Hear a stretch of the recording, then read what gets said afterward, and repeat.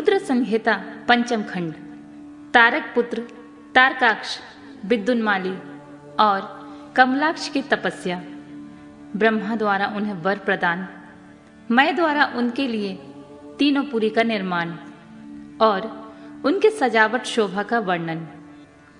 नारद जी ने कहा, पिताजी, जो गणेश और स्वामी कार्तिकेय की उत्तम कथाओं में ओतप्रोत तथा आनंद प्रदान करने वाला है, भगवान शंकर के गृहस्थ संबंधी उस उत्तम चरित्र को हमने सुन लिया।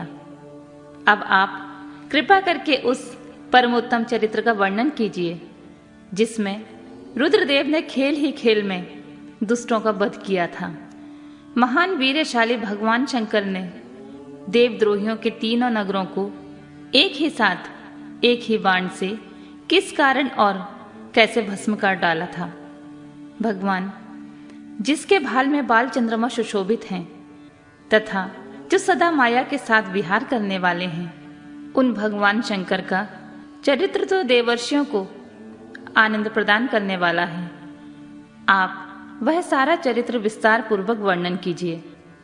ब्रह्मा जी बोले, ऋषि श्रेष्ठ, पहले किसी समय में व्यास ने सनत कुमार से ही ऐसा प्रश्न किया था।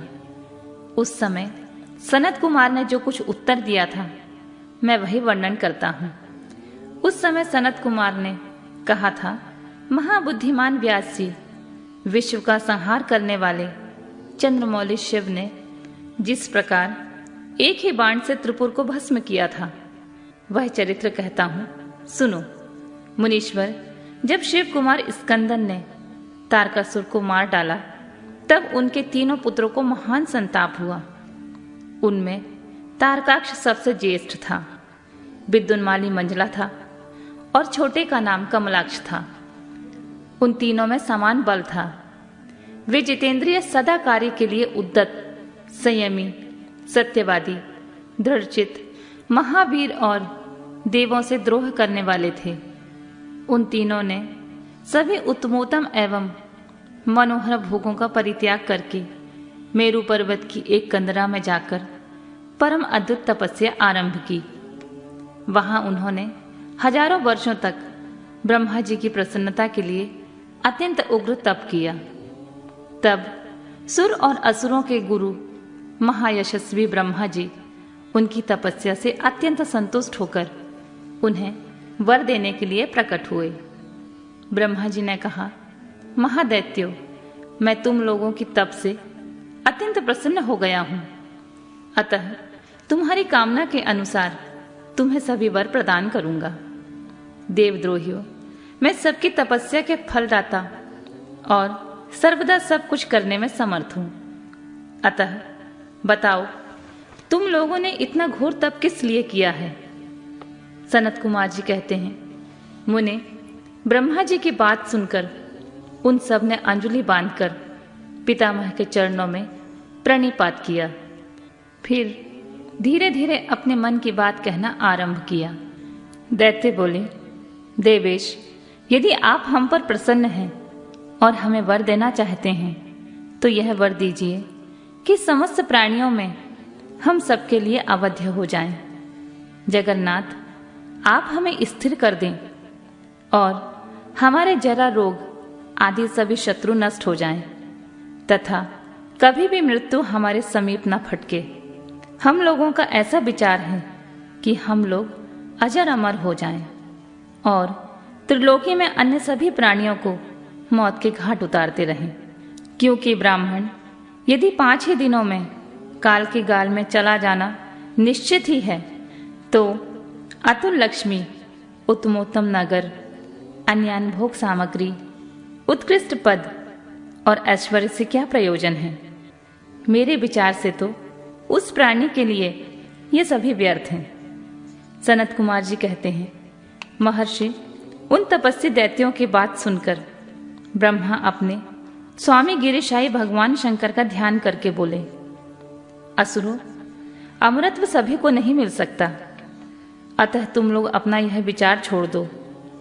इसके अतिरिक्त अन्य कोई वर जो तुम्हें रुचता हो मांग लो, क्योंकि दैत्यो, इस भूतल पर जहाँ कहीं भी जो प्राणी जन्मा है, अथवा जन्म लेगा वह जगत में अजर अमर नहीं हो सकता। इसलिए पाप रहित असुरों, तुम लोग स्वयं अपनी बुद्धि से विचार करके मृत्यु की वंचना करते हुए कोई ऐसा दुर्लभ एवं दुसाध्य वर मांग लो जो देवता और असुरों के लिए अशक्य हो। उस प्रसंग में तुम लोग अपने बल का आश्रय लेकर पृथक पृथक अपने मरण में किसी हेतु को मांग लो, जिससे तुम्हारी रक्षा हो जाए और मृत्यु तुम्हें वरण न कर सके। सनत कुमार जी कहते हैं, महर्षि ब्रह्मा जी के ऐसे वचन सुनकर वे 2 घड़ी तक ध्यानस्थ हो गए।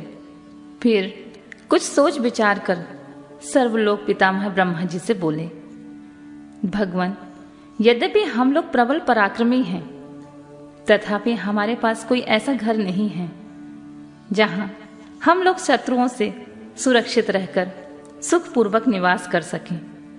अतः आप हमारे लिए ऐसे 3 नगरों का निर्माण करा दीजिए जो अत्यंत अद्भुत और संपूर्ण संपत्तियों से संपन्न हो तथा देवता जिनका प्रदर्शन न कर सकें। लोकेश, आप तो जगत गुरु हैं। हम लोग आपकी कृपा से ऐसे 3 पुरों में अधिष्ठित होकर इस पृथ्वी पर विचरण करेंगे। इसी बीच तारकाक्ष ने कहा कि विश्वकर्मा मेरे लिए जिस नगर का निर्माण करें वह स्वर्णमय हो और देवता भी उसका भेदन न कर सकें। तत्पश्चात कमलाक्ष ने चांदी के बने हुए अत्यंत विशाल नगर की याचना की और विद्युन्माली ने प्रसन्न होकर वज्र के समान कठोर लोहे का बना हुआ एक बड़ा नगर मांगा। ये 3 पुर मध्याह्न के समय अभिजीत मुहूर्त में चंद्रमा के पुण्य नक्षत्र पर स्थित होने पर एक स्थान पर मिला करें और आकाश में नीले बादलों पर स्थित होकर ये क्रमशः एक के ऊपर एक रहते हुए लोगों की दृष्टि से ओझल रहें। फिर पुष्करावर्त नामक काल मेघों की वर्षा करते समय 1,000 वर्षों के बाद ये 3 नगर परस्पर मिलें और एक ही भाव को प्राप्त हों, अन्यथा नहीं। उस समय कृतिवासा भगवान शंकर, जो वैर भाव से रहित सर्वदेवमय और सबके देव हैं, लीला पूर्वक संपूर्ण सामग्रियों से युक्त एक असंभव रथ पर बैठकर अनोखे बाण से हमारे पुरों का भेदन करें। किंतु भगवान शंकर सदा हम लोगों के वंदनीय, पूज्य और अभिवादन के पात्र हैं। अतः वे हम लोगों को कैसे भस्म करेंगे, मन में ऐसी धारणा करके हम ऐसे दुर्लभ वर को मांग रहे हैं। सनत कुमार जी कहते हैं, व्यास जी, उन दैत्यों का कथन सुनकर सृष्टिकर्ता लोक पितामह ब्रह्मा ने शिव जी का स्मरण करके उनसे कहा, अच्छा ऐसा ही होगा। फिर मैं को भी आज्ञा देते हुए उन्होंने कहा, हे मैं, तुम सोने चांदी और लोहे के 3 नगर बना दो। यूं मैं को आदेश देकर ब्रह्मा जी उन तारक पुत्रों को देखते देखते अपने धाम स्वर्ग को चले गए। तदनंतर धैर्यशाली मैं ने अपने तपोबल से नगरों का निर्माण करना आरंभ किया।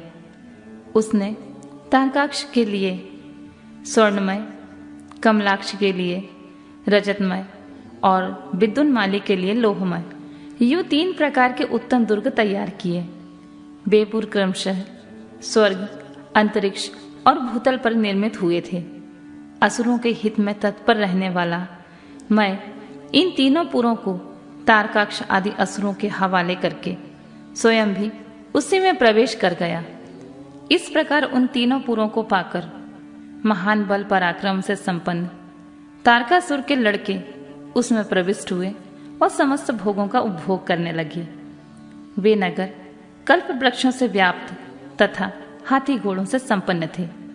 उनमें मणि निर्मित जालियों से आच्छादित बहुतेरे महल बने हुए थे। वे पदेरा के बने हुए एवं सूर्यमंडल के समान चमकीले विमानों से, जिसमें चारों ओर दरवाजे लगे हुए थे, शोभायमान थे। कैलाश शिखर के समान ऊंचे तथा चंद्रमा के समान उज्जवल दिव्य प्रसादों से, गोपुरों से उनकी अद्भुत शोभा हो रही थी। वे अप्सराओं, गंधर्वों, सिद्धों तथा चारणों से खचाखच भरे थे। प्रत्येक महल में शिवालय तथा अग्निहोत्रशाला की प्रतिष्ठा हुई थी। उसमें शिव भक्ति परायण शास्त्रज्ञ ब्राह्मण सदा निवास करते थे। वे बावली, कूप, तालाब और बड़ी बड़ी तलैया से तथा समूह के समूह स्वर्ग से युक्त हुए वृक्षों से युक्त उद्यानों और वनों से सुशोभित थे। बड़ी बड़ी नदियां और छोटी छोटी सरिताओं से जिसमें कमल खिले हुए थे, उनकी शोभा और बढ़ गई थी। उसमें संपूर्ण कामनाओं को पूर्ण करने वाले अनेक फलों के भार से लदे हुए वृक्ष लगे थे, जिनमें वे नगर विशेष मनोहर लगते थे। वे झुंड के झुंड मदमस्त गजराजों से, सुंदर सुंदर घोड़ों से और नाना प्रकार के आकार प्रकार वाले रथों एवं शिविकाओं से अलंकृत थे। उसमें समय अनुसार पृथक पृथक क्रीड़ा स्थल बने थे और वेदा अध्ययन की पाठशालाएं भी भिन्न भिन्न निर्मित हुई थीं। वे पापी पुरुषों के लिए मन वाणी से अगोचर थे। उन्हें सदाचारी पुण्यशील महात्मा ही देख सकते थे।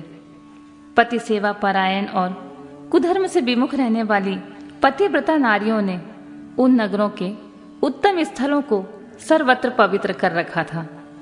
उनमें महाभाग सूरवीर दैत्य और श्रुति स्मृति के अर्थ के तत्वज्ञ एवं सर्वधर्म परायण ब्राह्मण अपनी स्त्रियों तथा पुत्रों के साथ निवास करते थे। उनमें मैं द्वारा सुरक्षित ऐसे सुदृढ़ पराक्रमी वीर भरे हुए थे, जिनके केश नील कमल के समान नीले और घुंघराले थे। वे सभी सुशिक्षित थे, जिसमें उनमें सदा युद्ध की लालसा भरी रहती थी। वे बड़े बड़े समरों से प्रेम करने वाले थे। ब्रह्मा और शिव का पूजन करने से उनके पराक्रम विशुद्ध थे।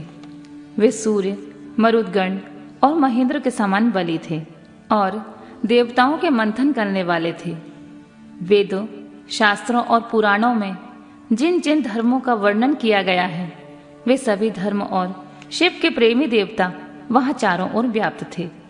उन नगरों में प्रवेश करके वे दैत्य सदा शिव भक्ति निरत होकर सारी त्रिलोकी को बाधित करके विशाल राज्य का उपभोग करने लगे। मुनि, इस प्रकार वहां निवास करने वाले उन पुण्यात्माओं को सुख एवं प्रीतिपूर्वक उत्तम राज्य का पालन करते हुए एक बहुत लंबा काल व्यतीत हो गया।